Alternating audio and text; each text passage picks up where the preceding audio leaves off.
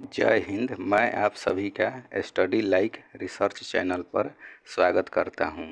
चलिए मैं स्टार्ट करता हूं आप लोगों को हिस्ट्री पढ़ाना, और जहां ज़रूरत होगी वहां पर हिस्ट्री का मैपिंग भी कराया जाएगा। स्टडी लाइक रिसर्च चैनल पर ही वर्तमान में हो रही खुदाइयों का एनालिसिस भी करवाया जाएगा। आज हम लोग पुरातात्विक स्रोत से स्टार्ट करते हैं। पुरातात्विक स्रोत को भी कई भागों में बांटा जाता है। पुरातात्विक स्रोत कहाँ से मिलता है? यह मिलता है उत्खनन और अन्वेषण से। उत्खनन आपको मालूम है कि दो प्रकार का होता है, पहला क्षैतिज और दूसरा ऊर्ध्वाधर या लंबवत। तो क्षैतिज उत्खनन किसी संस्कृति के बारे में बृहद जानकारी प्राप्त होता है और यह किसी एरिया में होता है। तो इसका एग्जाम्पल है हड़प्पा। वर्टिकल उत्खनन करने पर जो सबसे ऊपर होगा उससे नवीन संस्कृति की जानकारी मिलती है, और जो सबसे नीचे होगा उससे प्राचीन संस्कृति की जानकारी मिलती है। और इससे इन दोनों के बीच में जो कुछ भी मिलता है उसका क्रोनोलॉजी पता चलता है, और यह लंबवत खुदाई किया जाता है। विभिन्न संस्कृतियों का क्रोनोलॉजी पता चलता है और यह ऊपर से नीचे की ओर खुदाई किया जाता है।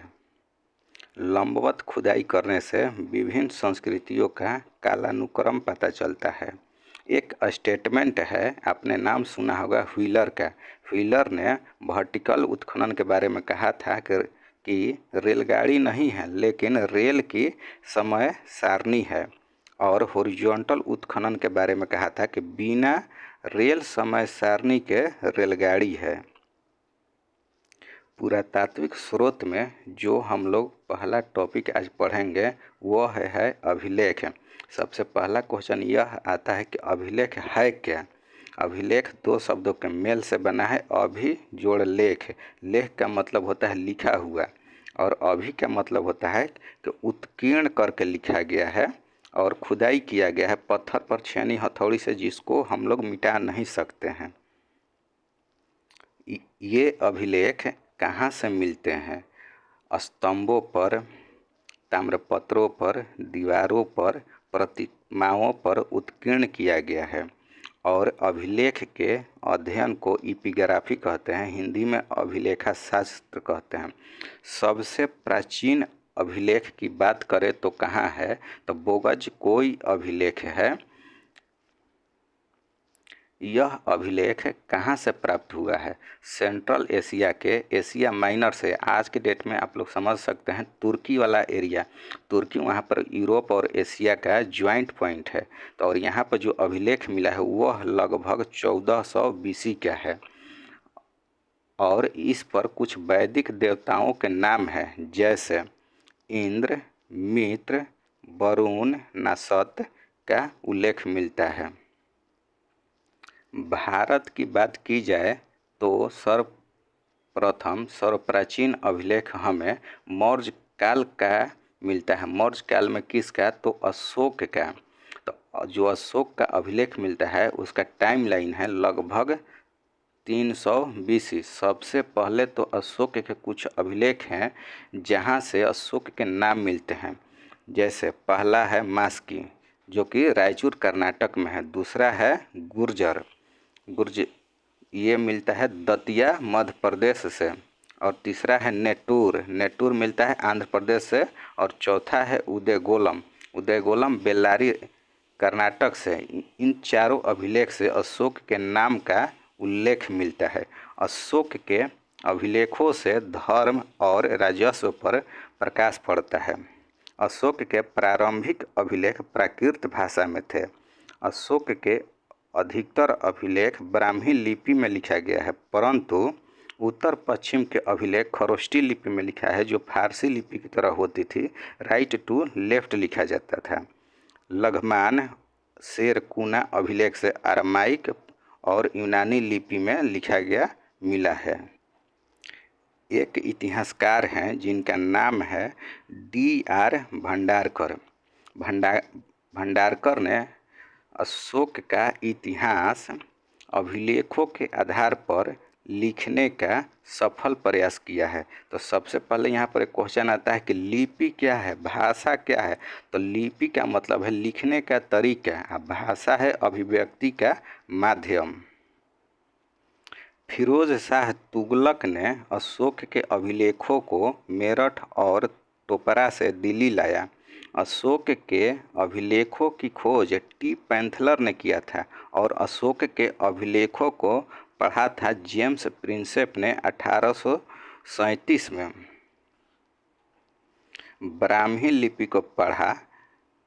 इसके लिए उन्होंने हिंद यवन शासकों द्वारा जो सिक्के जारी किए गए थे उसका सहारा लिया। चूँकि उन सिक्कों पर एक तरफ यूनानी में लिखा रहता था और दूसरी तरफ ब्राह्मी लिपि में लिखा रहता था, और साथ में खरोष्टी लिपि को भी पढ़ा।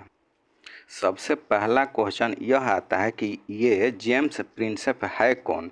James Prinsep Asiatic Society of Bengal से जुड़े सदस्य थे। यह वही व्यक्ति हैं जो देवनाम प्रिय की पहचान श्रीलंका के राजा तीस से करता है और बाद में जो 1915 में मास्की से अशोक का अभिलेख मिला उसमें अशोक का नाम दिया। और जेम्स प्रिंसेप ने एक बुक लिखी, उस बुक का नाम है इंडियन एंटिक्विटीज।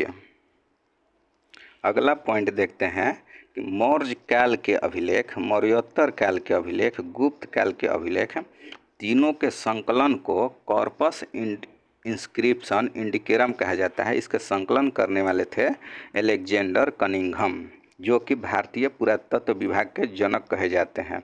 और इसके बाद अगला अभिलेख आता है शक शासक रुद्रदामन का। यह है जूनागढ़ अभिलेख। यह प्रथम अभिलेख है जो विशुद्ध रूप से संस्कृत में लिखा गया है और रुद्रदामन ने सुदर्शन झील को पुनर्निर्माण करवाया था, जो सुदर्शन झील चंद्रगुप्त मौर्य द्वारा बनाया गया था। यह क्वेश्चन पिछला बार एसएससी सीजीएल में 9 सितंबर को सेकेंड शिफ्ट में ये क्वेश्चन आया था। अगला अभिलेख देखते हैं यवन शासक हेलियोडोरस का बेसनगर अभिलेख है। यह विदिशा मध्य प्रदेश में है। गरुड़ ध्वज की स्थापना की और स्वयं को परम भागवत कहा। परम भागवत कहने से यह पता चलता है कि इससे इस समय भागवत संप्रदाय की लोकप्रियता थी। अगला अभिलेख है खारवेल का हाथी गुम्फा अभिलेख है। खारवेल के समय की घटनाओं का विवरण मिलता है हाथी गुम्फा अभिलेख से। अगला अभिलेख है गौतमी बलश्री का नासिक अभिलेख है। इससे गौतमी पुत्र सातकर्णी का विवरण मिलता है और साथ में सातवाहनों का विवरण भी मिलता है। अगला अभिलेख है समुद्रगुप्त का प्रयाग स्तंभ लेख है। इससे प्रयाग प्रशस्ति पर लिखा गया था, जिसको कि लिखने वाले थे हरिसेन, समुद्रगुप्त के दरबारी कवि थे। इस प्रयाग स्तंभ लेख में समुद्रगुप्त के अभियानों का वर्णन है।